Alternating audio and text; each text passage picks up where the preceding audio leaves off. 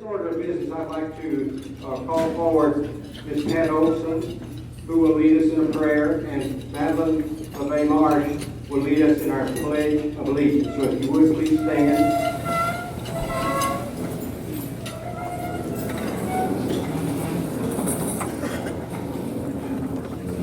Heavenly Father, we come to you this day with gratitude for the privilege of living in our exceptional city, Lafayette.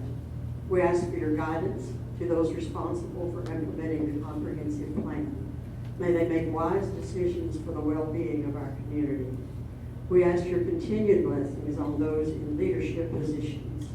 Give them courage, wisdom, and foresight to provide for the needs of all our people, and may they serve you faithfully in our generation and honor your holy name. Amen.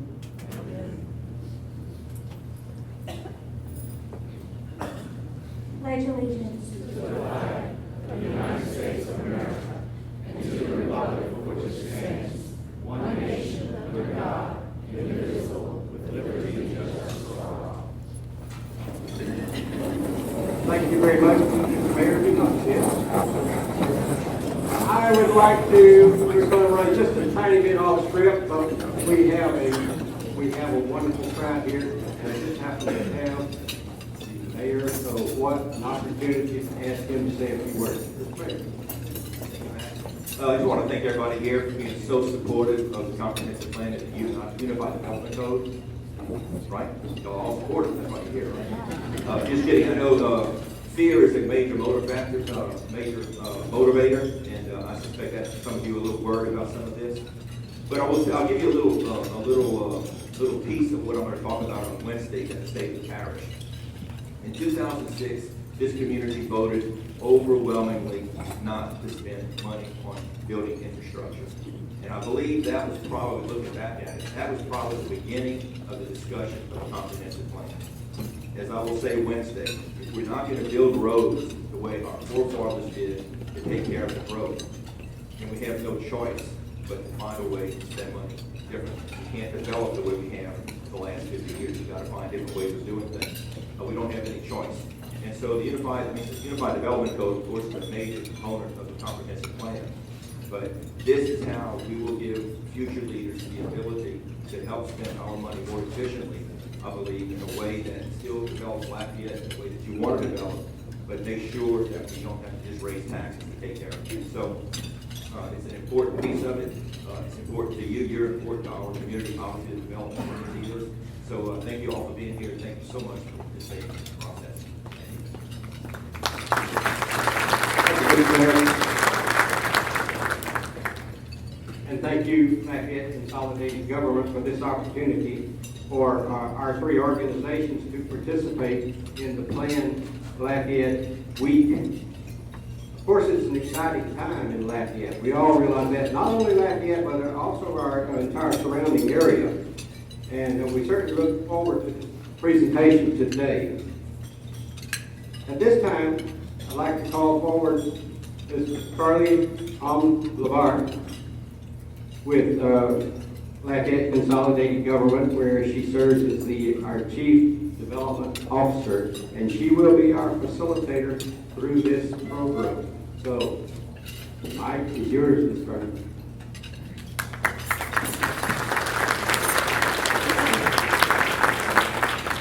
I am quickly going to hand off the microphone like a hot potato and give it to Mark White, but I wanted to echo a couple of the comments. I want to thank the realtors, the home builders, and the mortgage lenders for making today possible. I think today is going to be a great educational session. I think there's been a lot of questions out there, and I can honestly say in all my years of working with consultants, Mark White might be the very best. So I think we are in very capable hands as we go through this process. Just a quick couple of words about Plan Lafayette Week and where we are. When we adopted the comprehensive plan last summer, we committed to you all that we would not put that plan on a shelf, that we would work from it every day, and that we would work to implement it every day. And so that's what this whole week of activities has been about. It's been about reporting our progress and challenging ourselves to take on new items in the plan. And so we're so grateful to the 3 organizations who are sponsoring today's luncheon to help keep the UDC and its development on the top of everyone's mind and in conversation, so that this spring, as we go before the Planning Commission and before the City Parish Council, we can have an educated discussion as a community about how we want to develop in the future. So I'm going to hand over the microphone to Mark White of White & Smith, and then after he concludes his presentation, he'll bring up Kevin Blanchard and Nathan Norris. Kevin and Nathan will be prepared to sort of answer the local questions that we may have that Mark may not be able to answer as our consultant. So thank you all so much for coming, and for our organizers for making today possible.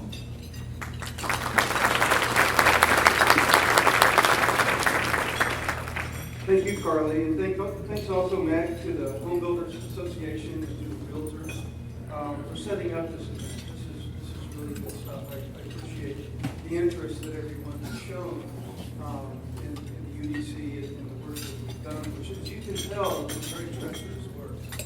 My shoulder right up against the last one, so I'm up here in a sling, but somehow we're going to get through all this, right? I'm here to make sure we write the happiest UDC in the United States. Traditions here. So what I'm going to discuss today at the luncheon is the whys. I mean, why are we doing this? Why is all of this effort going into reforming the city zoning ordinance and development standards for the parish? How does the UDC draft work? It's online right now, so you can pull it up, you can read it. But it's a long document. This isn't something you can read for fun or pleasure. But it's an important document to everybody's day-to-day life, whether you're somebody who lives in a residential neighborhood and you're concerned about the development that's going on around you, or whether you're a home builder or a developer and you need to meet payrolls, you need to keep business going, and you want to know what the rules of the game are. So it's a vitally important document for everyone. And I'm going to focus on a few of the things that you'll see in UDC that are different than what you have today. And then, of course, we'll open it up for discussion. Questions, comments, praise. I'll be happy to accept any praise you have. Any criticism, I'll direct those to Kevin and Nathan. They both have tremendous work. Kevin's a great supporter. Working with the Planning Commission. And Nathan and Jeff have done a terrific job with the downtown code that you see. So we've been very pleased to work with them. So I'm going to start out with the whys. As a lot of you know, this community adopted unanimously the comprehensive plan last summer, as this highly washed out picture shows you. The comprehensive plan basically establishes the community's long-term policies for land use and development. And it's important that we emphasize long-term.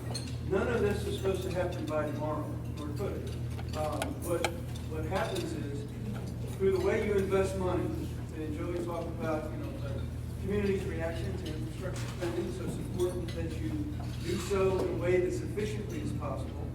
And the way we regulate development is a long-term process. We're not trying to force anyone to do anything within a short period of time. This is long-term. The second important thing is that none of this happens without infrastructure investment policies that are coordinated and synchronized with the plan, and regulations that are synchronized with the plan. When I say regulations, I don't mean new regulations. I mean, removing regulatory barriers that we might have today to implementing those goals and objectives in the plan, and also making sure that regulations are lined up with the plan. So removing those regulatory barriers is something we take very seriously and work very hard at doing, getting them up to date and in sync with the plan.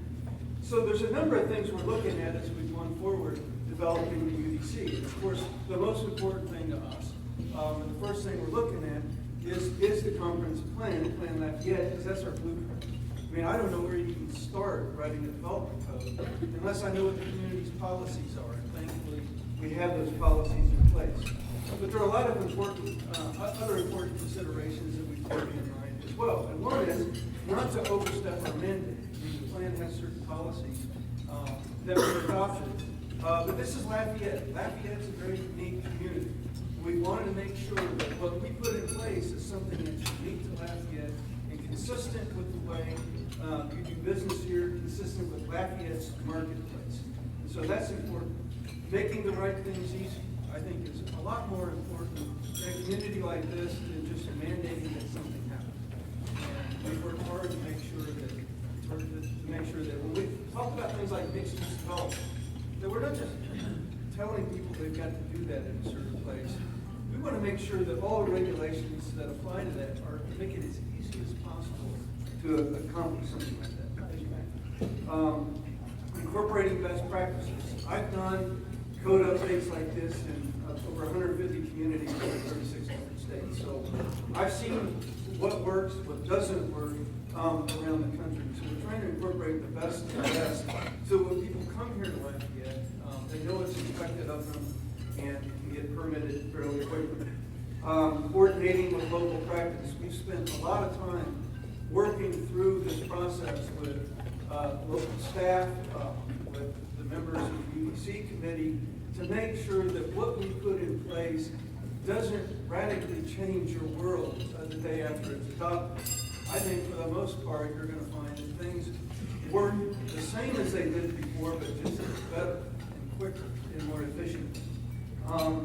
We want to create a business-friendly environment. I mean, that's an important policy that's been told to us. I mean, Lafayette wants to have its arms open for business. We want to have a code that accommodates the marketplace as much as possible.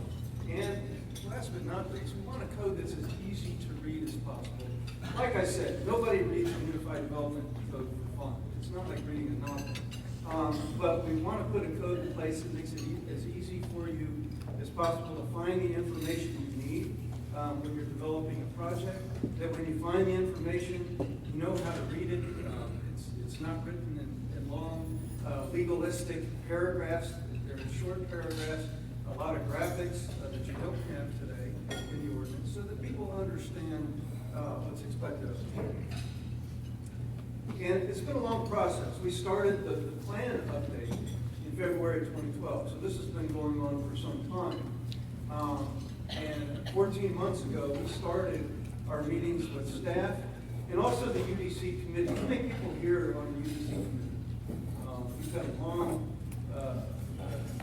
number of months with home builders on the committee, developers, neighborhood people, and I really appreciate the work that the committee's done. They've looked at all of these drafts, given us their feedback, and it's been a lot of hard work that we really appreciate. We're starting, there have been several presentations to the Planning and Zoning Commission, so that they know what's coming down the pipe.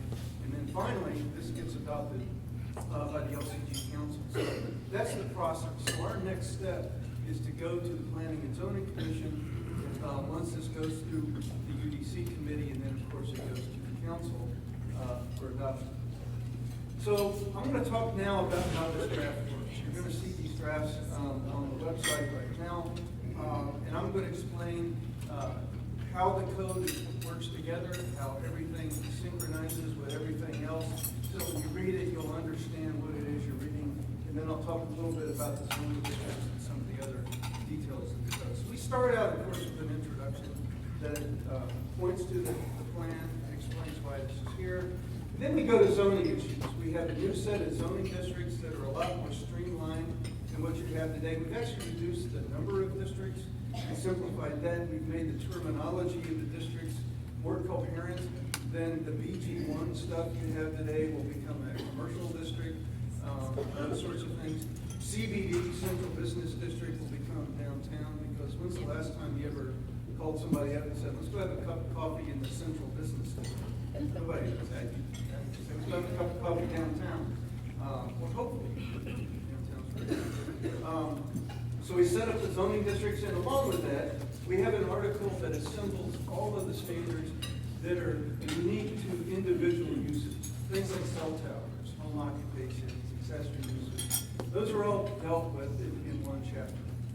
And then we have an Article 3, development standards. And these are things like parking, landscaping, how you lay your lots out, how you deal with buildings. All of those individual development standards over and above the uses and setbacks and things like that that you have in the zoning districts are set out in that chapter, and they're all in one place. And then we have process issues. Article 4 of the UDC lays out from beginning to end how you get your projects entitled. And it goes hand in hand. There's an article called agencies that sets up all of the agencies that administer the ordinance. Nobody usually reads that except for the lawyers, so that goes clearly back. And we have an article that's basically the checklist of information that you provide to the community to make sure that your applications are complete and ready to process.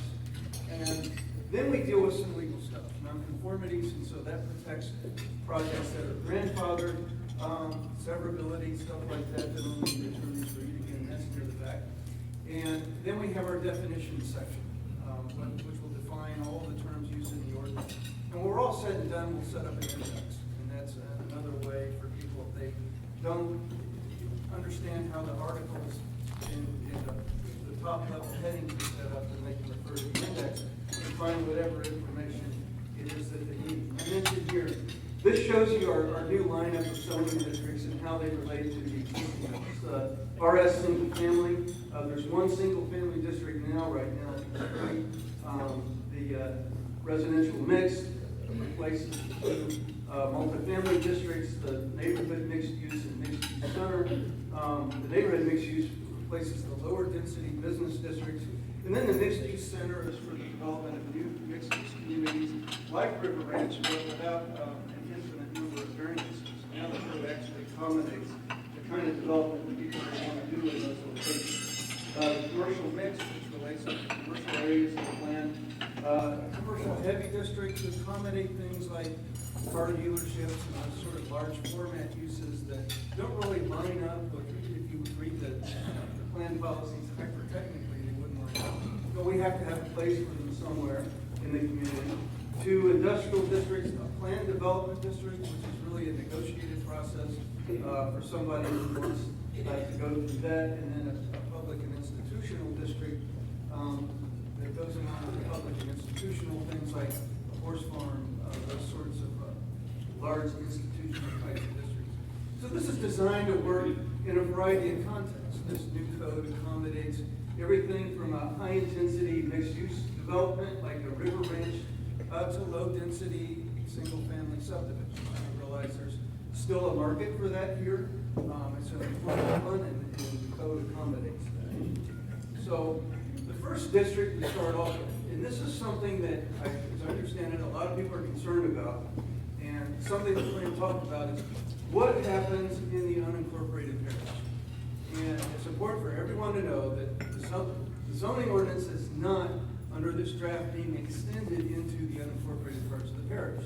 For the near future, as far as we know, they're not going to be zoned. The agricultural district is there for two reasons. One, if somebody owns a large parcel of land and they want to protect the area around them, and they want to put it in place themselves, they can ask for this designation to be put in place. This is not something that the community is going to go out and zone in advance without somebody's permission. And secondly, it's a classification you can have in place when you annex. If you don't have a zoning district in mind, the default district will be agricultural until you want to change it to something else. But the ordinance also provides for people when they annex now, they can also give us a district where you want to annex and you want it zoned C1. You can provide that as part of your application. But if you don't know what you're going to do, it'll stay agricultural until it changes. And this also gives people the opportunity to incorporate it some of the best practices we see in other parts of the country. If you want to do a conservation subdivision, you want to zone your parcel agricultural and develop on smaller lots that are clustered, preserve the rest of it for open space or agricultural. This gives you the ability to do so, but it's not a mandate.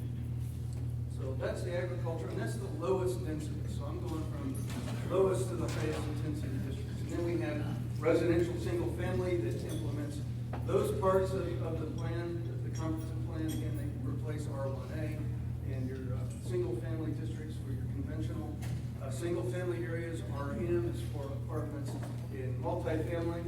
And then we have two basic mixed-use districts. MN is a transitional district.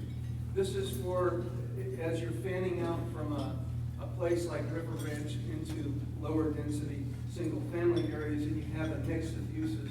MN is an appropriate district for that. It's designed to be walkable. And then we have mixed use. Mixed use accommodates the areas designated that way in the comprehensive plan. Everything from downtown to new areas that develop in the same way that River Ranch developed, for example. That's our a model here in Lafayette, and it's designed to be walkable, compact, higher intensity, with street standards that we're talking about right now that reinforce and support that kind of development. Now, one thing that we've done to make this flexible in the marketplace as well is we have what's called A streets and B streets. A streets are where buildings are up in the street, they're nicely modulated, and B streets allow you to put something like a large format grocery store or something like River Ranch did on the edge, would support the neighborhood and also allow you to have that kind of anchor tenant that makes a community like that in places like this more workable in the marketplace. The commercial mixed use, again, these are the commercial areas of the plan. We have buildings up to the street under here. The plan policies call for that, along with design standards and setback standards to reinforce that. And then commercial heavy for larger format grocers, for car lots, and that type of development, which is still here in the community, that needs to be somewhere. And we have a district that provides two light industrial districts, two industrial districts. One, a light industrial district for things like office parks, low-intensity manufacturing, and then a heavy industrial district for heavier manufacturing uses that coordinate with those policies in the plan. And the public institutional district, which can accommodate things like parks, golf courses, and other large-scale institutional uses. And plan development, which is, again, is a negotiated district. Now, this is something that somebody would use if they have a project that's out of the box, doesn't quite fit any of the other district classifications. You think you've got an unusual type of use or just a better idea, and you want to negotiate your way through the process with the Planning Commission and the LCG Council. It's not something that we expect people would want to do as a matter of course, but it's an option that ought to be there for people who need it. So, plan development process is there. And I'm going to talk a little bit about some of the design standards that are in Article 3 in the draft that you see online right now. And what is building height? There's no building heights in the zoning regulations now. We put some building heights in place, but I think are fairly modest. They go up to, I think, 5 stories, maybe 5 stories. So, 2 stories in residential single-family districts, up to 5 stories in commercial. And I understand that's being discussed at the Planning Commission right now. They're talking about maybe replacing that with a scaled setback. If you're close to, the closer you are to single family, the lower your buildings will be. And so that may be where we end up. So if you see that in the draft and you have some comments, that's under discussion with the Planning Commission. Landscaping and buffers. Now, right now, in the unincorporated parts of the parish, we have the parish land use ordinance. Parish land use ordinance does several things. It has the green space, the buffers, and it also has the conditional use process where you've got to, if you have a business out there, you've got to go to the council for approval. What the draft has is the green space and buffers, and that's it.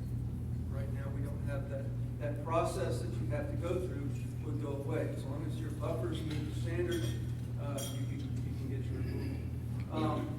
And with the second thing we've also done is we've consolidated all the buffer standards. So that when you're reading the ordinance in the unincorporated part of the parish, you're reading the ordinance in the city, we're using the same terminology, we're using the same model in both places to make the ordinance easier to read and easier to use.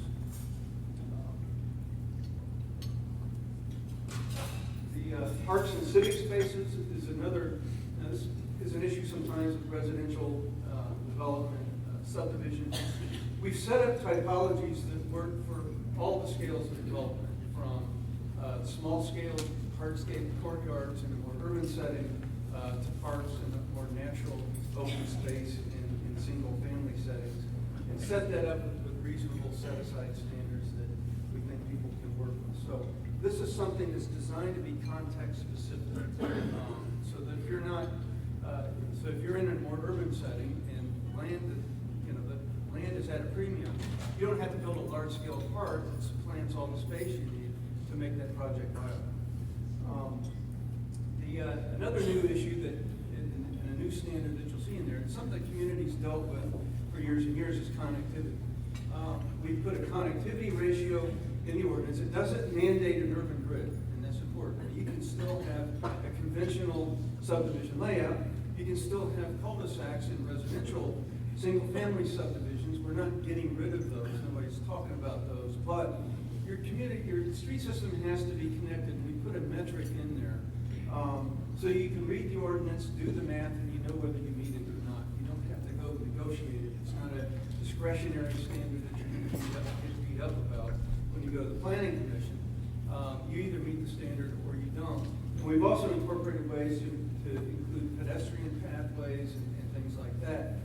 Instead of roads, that makes more sense for you in meeting the constitutional standards. So it's a way to make sure that the street network works without mandating a particular kind of street design for you. And then finally, the processes. Article 4 lays out all the processes from beginning to end. From if you're in the city, how you go about getting your property rezoned, to how you get through the subdivision process, and how you pull building permits. And it's all in sequence. And so each section is flowcharted, so we talk about what the process applies to, how you go about filing an application, who you file the application with, what notice is required, if any, who makes the decision and how long they have to make it, what happens after that decision is made, and if you disagree with the decision or a condition, how and who you appeal that decision to. So all of those processes are laid out in the ordinance, and they're flowcharted, and I can promise you, it looks a lot nicer on my screen than it does on here. But if you pull the ordinances down, it won't be as fuzzy as this. It's all laid out, again, from the very beginning to the very end. So this is where we are. We're closing in on finishing up our work with the UDC committee. We have a few more meetings with them this month, 2 more meetings with the UDC committee.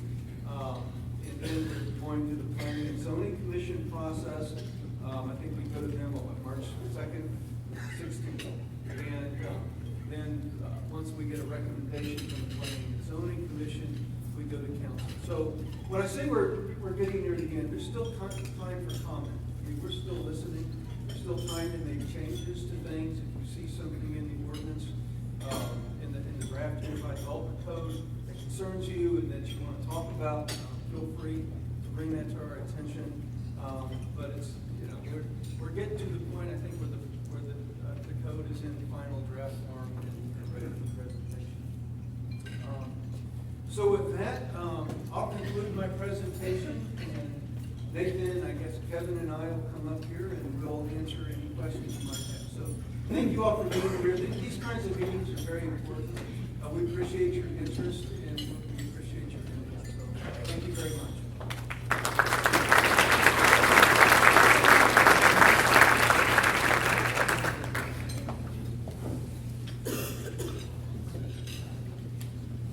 I'll go ahead and get started. I think everybody knows Nathan, CEO, Downtown Public Authority. I think I just gave him the title. But we've got some time here, and like Carly said, Mark does this for a living. He writes these codes in communities all over the country, large communities and small communities. And I'll tell you that I think what is best about his approach is that when he comes to a community, he doesn't say, okay, here's what we do, right?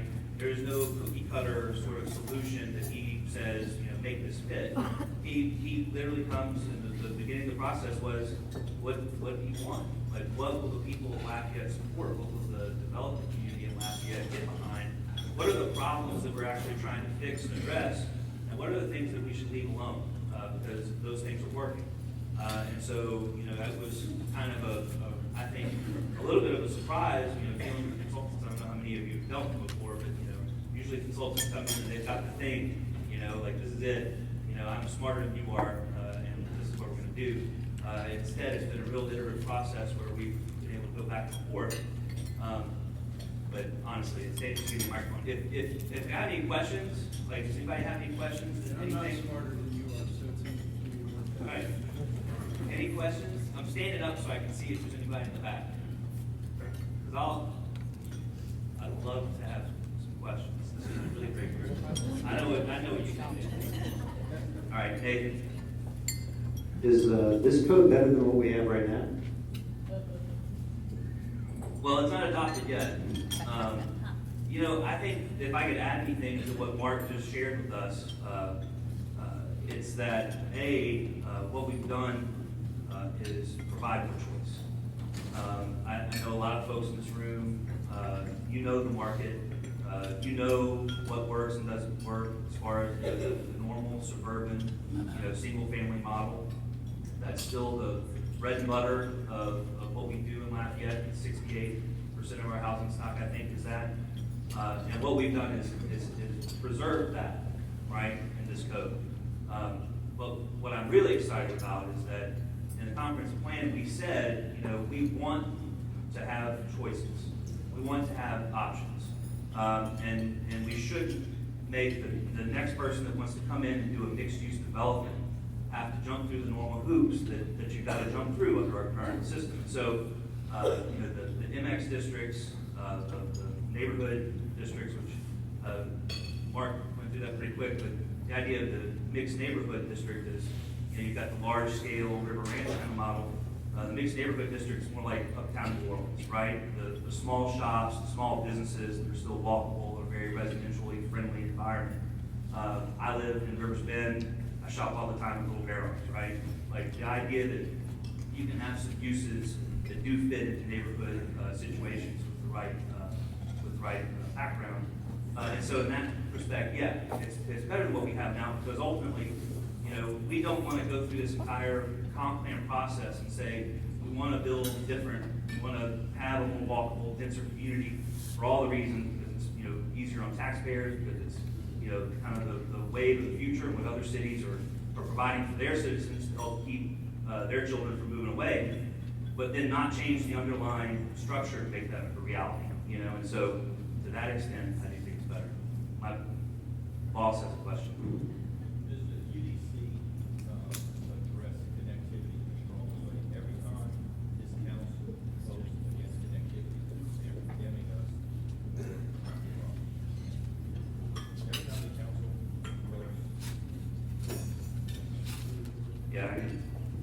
Every time the council votes against connectivity, they're condemning us to spending more money and condemning us to more continued traffic problems. It's one of the big issues we've had in Lafayette for generations. Dead end streets that never connect. I've often felt that connectivity should be mandated and very difficult for the council to undo. Does the UDC address this in any way at all? Yeah, Mark showed a slide about internal connectivity, like through a subdivision, but we also address external connectivity.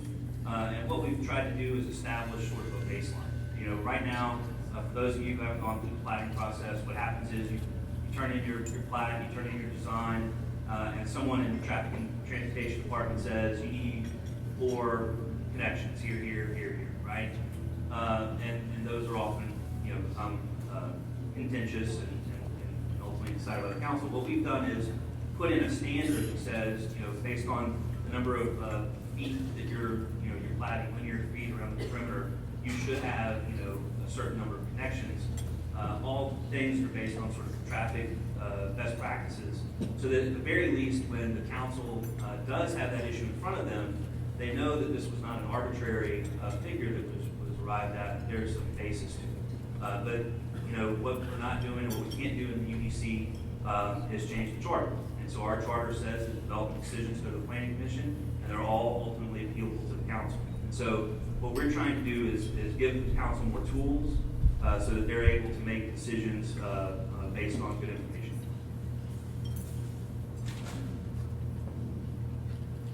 Yes, More sir. questions? There is a question. First off, I want to commend y'all for giving the opportunity to this group of stakeholders to comment before it becomes a rule. I've had the opportunity to go through a lot of the proposals. My question is how are you going to draw the lines for the new district? What are they going to follow? That's a good question. We, like Mark showed, we have simplified districts now, right? And so, you know, a residential, you know, single-family residential zone we're replacing 3 with 1. We are going to, I'll tell you exactly what we're doing. We've put together sort of a draft zoning map that shows the apples to apples transition, right? If you have a general business district, you know, we'll push you over into the commercial heavy because that's the equivalent. You know, if you're a single family residential district, you'll get the new single family designation, ultimately changing the name of your district. But there will be, and we've identified about 60, 70 properties that there is no easy sort of transition, right? We are also identifying places where there are currently, maybe it's a neighborhood, you know, especially in our older sections of town, that's actually industrial. You know, the zone is industrial, it's been a neighborhood for 50 years. We'll try to identify those areas and go ahead and kind of right-size that. Now, not is there one house in the middle of this industrial area that of course remains industrial character to the state. We're going to have, when the council adopts this, we are not going to switch the zoning maps overnight. We are not going to, you know, go from sort of day 1, we're doing this set of rules enforcement, day 2, we're switching. There will be a transition process worked in. I think part of that will be talking with the council about what sort of length of time they feel comfortable with. But what we'll have is sort of a community-wide notice that when the UDC comes out, you'll have a certain amount of time, whether it's 6 months, 7 months, 6 weeks, I don't know yet, where you'll be able to come and say, you know, while we're opening up this big can of worms and we're shifting the zoning map, I'd like to go ahead and have an expedited process to rezone my property. Or to make sure that, you know, maybe I have some property and it's zoned commercial heavy right now, I'd rather, you know, industrial, whatever. We can go put that in and fold that into the larger map adoption, which would come at some later date. I think In regards to road infrastructure, in regards to the road infrastructure, Mr. Matthew made a comment earlier about road infrastructure. Does that mean that any planned subdivisions or anything like that, the infrastructure has to be stronger because the roads that we have now in some areas are just, is that what that's going to help control? Yes, ma'am. We are suggesting some changes in our development standards section. It's Article 3. We're going to go with some asphalt requirements that some of the other communities around us have done, Youngsville, for example.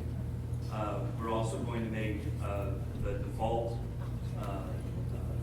infrastructure for all developments to be closed ditch. Now, there's going to be some parts of the parish where that just won't work, right? And we understand that, and we'll be able to, you know, go and change the plans and provide a broken ditch.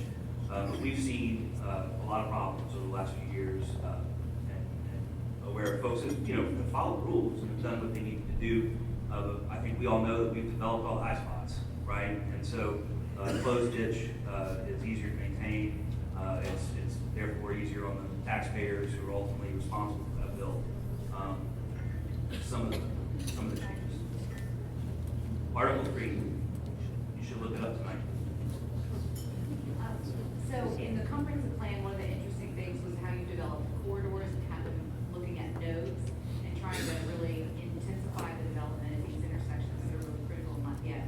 How are you looking at kind of rezoning those districts so that you can incentivize that development into that MX district you're talking about? Yeah, and to restate the question, I guess, you know, if you look on the comprehensive plan, we have a future land use map that sort of identifies targeted areas, targeted corridors, mostly Johnson Street, University, some of the major intersections, but there's also some places out in the parish.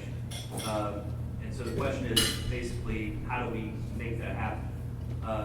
we're gonna just do a straight apples to apples zoning change initially. You know, the thought of New Orleans, actually, I don't know if any of you follow Unified Development Code news, but New Orleans has been doing a rewrite of their zoning code for the last 7 years. And they've actually gone in neighborhood by neighborhood, street by street, and gone and changed the zoning designations at a very detailed parcel level. We made the decision not to do that. You know, we made the decision that mixed-use zoning designations will be voluntary, obviously. And we're gonna keep that because there's really nowhere in our city, or very few places in our city, where having that designation would be a natural fit to what's already existing.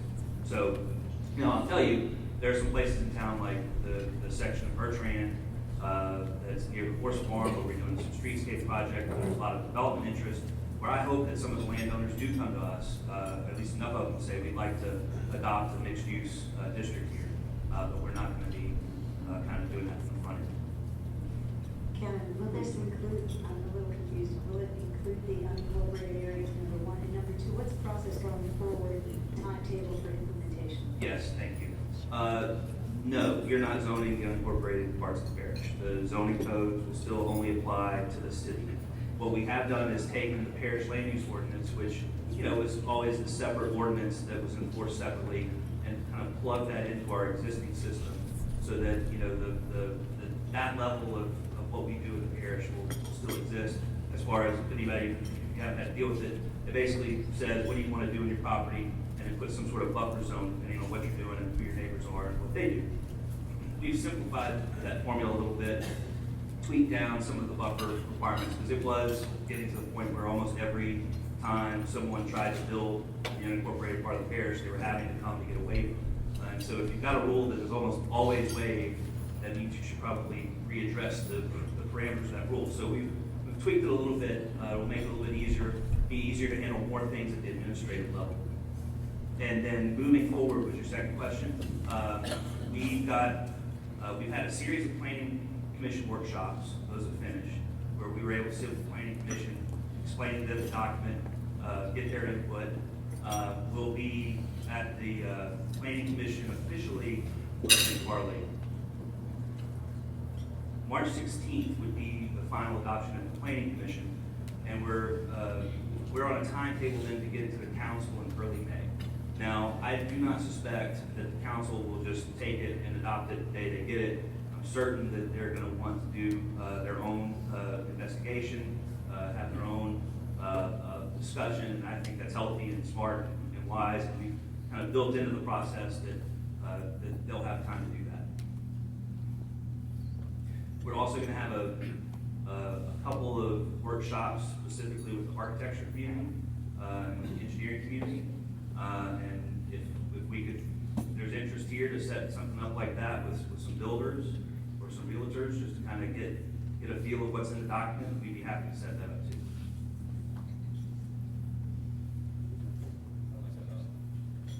Mark, could you address a little bit the height restrictions you were talking about earlier? It doesn't mean that Lafayette can't have another 12-story building or anything like that, does it? The heights are taller in the MX district, which is natural. I mean, that's the way the plan is written up. They go down to like a max 5 stories in the commercial and office districts, and then basically 2 to 3 stories in the residential. It's measured by story. We had a little discussion up front. My initial draft had by feet, and then I thought I think it would be easier to measure by stories and more flexible. And now, as I understand it, we're talking about at the planning commission level, maybe getting away from an absolute height limit and just have something that, again, make sure that when your buildings in those areas are closer to single-family residential, that they're more to scale to the residential neighborhood instead of one flat-out height limit. So it's been a topic of discussion. And going from no height limit at all to a height limit, I expected it would introduce that level of detail. No, it's not the end of 12-story buildings. But 12-story buildings in the right places, yes. And as far as the downtown is concerned, while there's no height limit, as soon as you go above 5 stories, then there are actually parking requirements that you have to handle on your building site, whereas right now, there, 5 stories and below, you have no parking requirements whatsoever. Further questions? Panelists? Mr. White, the reason with a crowd in this number that you are not totally flooded with questions is very simply, we are very busy in this town. Thank God we are very busy. Other times we would have just flooded you with this. Builders want to get back to building. We're bending nails this morning. Monday mornings are always very busy. Realtors are doing their thing. They're selling our houses. Mortgage lenders are putting this all together for us. That's what's happening in this town, and thank God.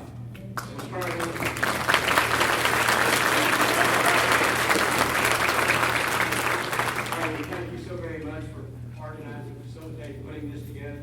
Very, very timely. We all love this kind of thing.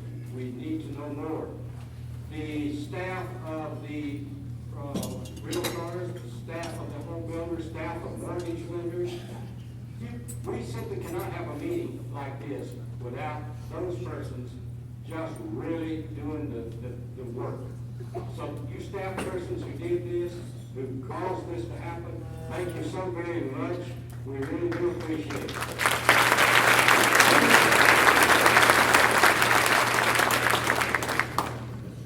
We need to get back to work.